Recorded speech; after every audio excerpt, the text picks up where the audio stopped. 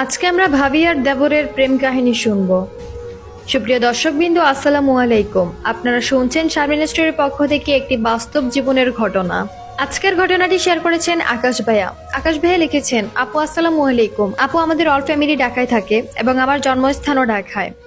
আমরা চার ভাই। চার ভাইয়ের মধ্যে আমি একদম ছোট্ট। আমার তিন ভাই প্রবাসে থাকে। তিন ভাইয়ে বিয়ে করে ফেলছে।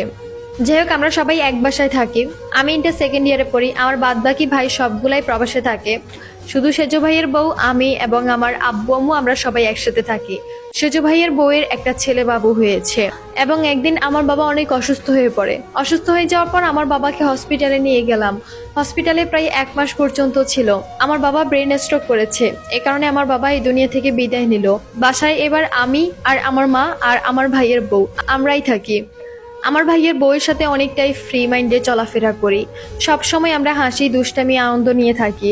সবসময় আমরা ঘোরাফেরা করি। আমি পাঞ্জাবি পরতাম, ভাবি শাড়ি পরতো। এভাবেই আমরা ঘোরাফেরা করতাম। ভাইও কিছু একটা মনে করতো না। আমিও সবসময় দুষ্টামি ফাইজলামি করতাম। কখনো কোনোদিন অন্য নজরে দেখতাম না। যাই হোক, একটা সময়ের পর ভাবি আমাকে একদিন অফার করে ভাবির সাথে প্রেম করার জন্য। আমি একটু হতবাগা হয়ে বলতেছিলাম যে, ভাবি আপনার সাথে আমি প্রেম করব? আচ্ছা, আমার ভাইটার কি হবে আপনার সাথে যদি আমি প্রেম করি? মা, সমস্যা কি? যখন তোমার ভাই দেশে আসবে তখন তুমি একটু সতর্ক হয়ে গেলেই তো হয়ে যাচ্ছে। যাই হোক, আমার আম্মু অনেক অসুস্থ মানুষ ছিল, সবসময় শোয়ার মধ্যেই থাকতো।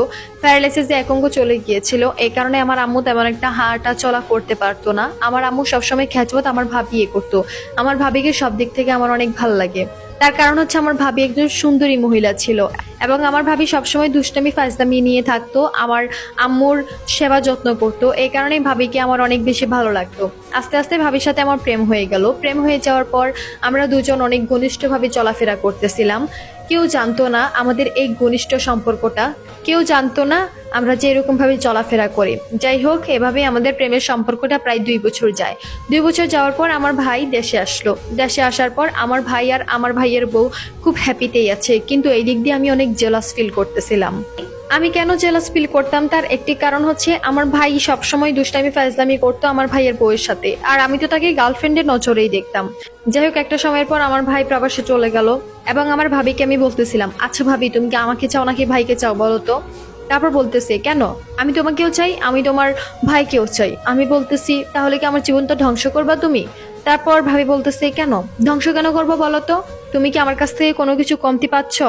তুমি আমার সাথে থাকতে পারতেছো, তুমি আমার সাথে একসাথে খেতে পারতেছো, ঘুরতে পারতেছো, আবার তোমার ভাইও সবকিছু করতে পারতেছে।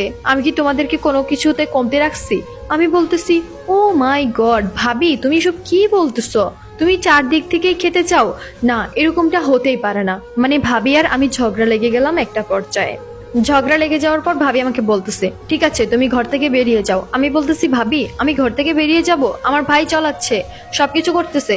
ও মা, তখন দেখি ভাবির রূপটা একদম চেঞ্জ হয়ে গিয়েছে। মানে ভাবি চারদিক থেকে খাবে, কিন্তু ভাবি ছাড়বেও না, কিন্তু ভাবি আমাকে ছাড়বেও না, আবার ধরেও রাখবে না। ব্যাপারটা এরকম হয়ে গিয়েছে। এই দিক দিয়ে আমার সবকিছু এলোমেলো লাগতেছে। না, আমি কোনো কিছু সামলাতে পারছি না। না, আমি কোনো কিছু সহ্য করতে পারতেছি না। একটা সময়ের পর আমার ভাবি আমার ভাইকে সব মিথ্যা কথা বলছে আমার নামে। আমি নাকি আমার ভাবিকে অনেক জ্বালাই, আমি নাকি ভাবিকে অনেক টর্চার করি, অনেক ধরনের অনেক কথা বলে। একটা সময়ের পর আমি আর সহ্য করতে পারতেছিলাম না। আমার কাছে ভাবির সব নোংরা ছবি আছে। ভাবির আর আমার একসাথে শুয়ে থাকার ছবি আছে। সবকিছু আমি আমার ভাইকে পাঠালাম। ভাই যখন আমার সাথে অনেক রাগারাগি করতেছে, ভাই যখন আমাকে বলতেছে ঘর থেকে বেরিয়ে যেতে, তখন আমি ভাইয়ের কাছে সব ভয়েস, সব মেসেজ, সব রেকর্ড সবকিছু ভাইয়ের কাছে পাঠাই দিলাম। ভাইয়ের কাছে পাঠাই দেওয়ার পর ভাইয়া বলতেছে, ফাইন, যেহেতু তোরা এত রঙে এত কাহিনী করতেছিস, তাহলে ঠিক আছে, আমি তোদের দুজনকেই মুক্তি করে দিব, তোদের দুজনকে আমি বিয়ে পড়াই দিব। তোরা জাস্ট একটু ধৈর্য ধর। পরে আমি আর কিছুই বলতেছিলাম না। ভালোই চলতেছিলাম 1 মাস পর্যন্ত। আমি বাসায় আসি, আমার ভাইয়ের বউয়ের দিকে আমি একদম তাকাতাম না। একটা সময়ের পর আমার ভাই দেশে আসলো। দেশে আসার পর আমাদেরকে বলতেছে, এদিকে আয় তোরা দুজন দুজনকে তোরা চাস? আমি বলতেছি, না আমি চাই না ওনাকে। ভাবি বলতেছে, আমিও ওকে চাই না। অতপর আমার ভাইয়া বলতেছে, দুজনকে চাস না, ঠিক আছে, তুই আমার ভাই, ঠিক আছে মানলাম, তুই আমার কাছেই থাকবি। তবে আমি যে নোংরা মহিলাটারে বিয়ে করছি, ওই নোংরা মহিলাটারেই আমি ডিভোর্স দিয়ে দিব। অতপর আমার ভাইকে আমি একটুও বুঝাতে পারলাম না। আমার ভাই ডিভোর্স দিয়ে দিল।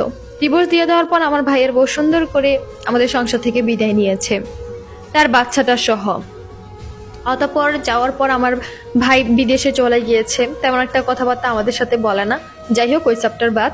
এর পরবর্তীতে আমার ভাবি আমাকে কল দিয়েছে একদিন, কল দিয়ে বলতেছে আমি তোমাকে চাই, তুমি আমাকে বিয়ে করবা? তারপরে আমি বলতেছি অসম্ভব, আমি তোমাকে বিয়ে করব না। তুমি আমার ভাইকে ঠকাইতে চাইছো, তুমি আমাকে ঠকাইতে চাইছো, দুই দিক থেকে খাইতে চাইছো, এই কারণেই তোমার উচিত শিক্ষা হয়েছে। তারপর আমার ভাবি বলতেছে দেখি তুমি কসম করে একটা কথা বলো তো, তোমার কি কোনো দোষই ছিল না? তারপর আমি বলতেছি হ্যাঁ আমার দোষ ছিল, মানলাম। আমি তোমার সাথে কেন ঘুরছি, তোমার সাথে কেন প্রেমে জড়াইছি, এগুলোই তো আমার দোষ ছিল, তাই না? এখন আর কি, এখন তুমি আমাদের সংসার থেকে বিদায় নিছো, এখনো কি তোমার শান্তি হচ্ছে না? যাই হোক, আমার ভাবি তো অনেক সুন্দরী একজন মহিলা ছিল এবং দুষ্ট একজন ফাজিল একটা মহিলা ছিল। এই কারণে অন্য একটা ছেলেকে পটাই বিয়ে করে এখন ভালোই আছে। মাঝে মধ্যে আমাকে কলতল করে, আমরা ফ্রেন্ডলি কথাবার্তা বলি। একটা সময়ের পর আমার মাটাও এই দুনিয়া থেকে বিদায় নিল। অতঃপর আমি প্রবাসে চলে আসলাম। প্রবাসে এখন টাকা পয়সা ইনকাম করতেছি, জমাচ্ছি। এই হলো আমার জীবনের ছোট্ট একটা স্টোরি। তবে এখন একটা মেয়ের সাথে প্রেম করছি, মেয়েটাকে দেশে গেলে বিয়ে করব আর একটু সেটেল হলে ইনশাল্লাহ। এই হলো আমার জীবনের ছোট্ট একটা স্টোরি। আপু তুমি টাইমলাইনে আমার স্টোরিটা তুলে ধরবা। ভাইয়া তোমার জীবনের স্টোরিটা শুনলাম, শোনার পর আমার কাছে একটু অবাক লেগেছে। সচরাচর এরকম স্টোরি আমার কম শেয়ার করা হয়, আমি কমই পাই। তবে আমি তোমাকে একটা কথা বলি, দোষ কিন্তু তোমারও ছিল। তোমার ভাইয়ের বউ যে ছিল ব্যাপারটা এরকম না, তোমারও কিন্তু ছিল। কেন তোমার ভাইয়ের বউয়ের সাথেই বাজে একটা সম্পর্ক ঘোরাতে হবে বলো তো? ও মাই গড, কাহিনীটা আমার কাছে একদম অদ্ভুত লেগেছে। প্রত্যেকটা প্রবাসী ভাইদেরকে একটা কথাই বলবো, প্লিজ তোমাদের বউদেরকে একটু যত্নে, খেয়ালে, আদর যত্নে রেখো এবং কি খুব সাবধানতা অবলম্বন করে রাখবে। তার কারণ হচ্ছে যদি ছোট্ট একটা ভাই থাকে বা বড় ভাই থাকে, কখন আবার এই আবেগের বসে কখন আবার বাজে সম্পর্কের মধ্যে জড়াই যায় তা তো আর বলা যায় না। তবে একটু সাবধানে বউদেরকে রাখবা, ঠিক আছে? কারণ কাহিনীটা শুনে আমার কাছে একটু অবাক লাগলো।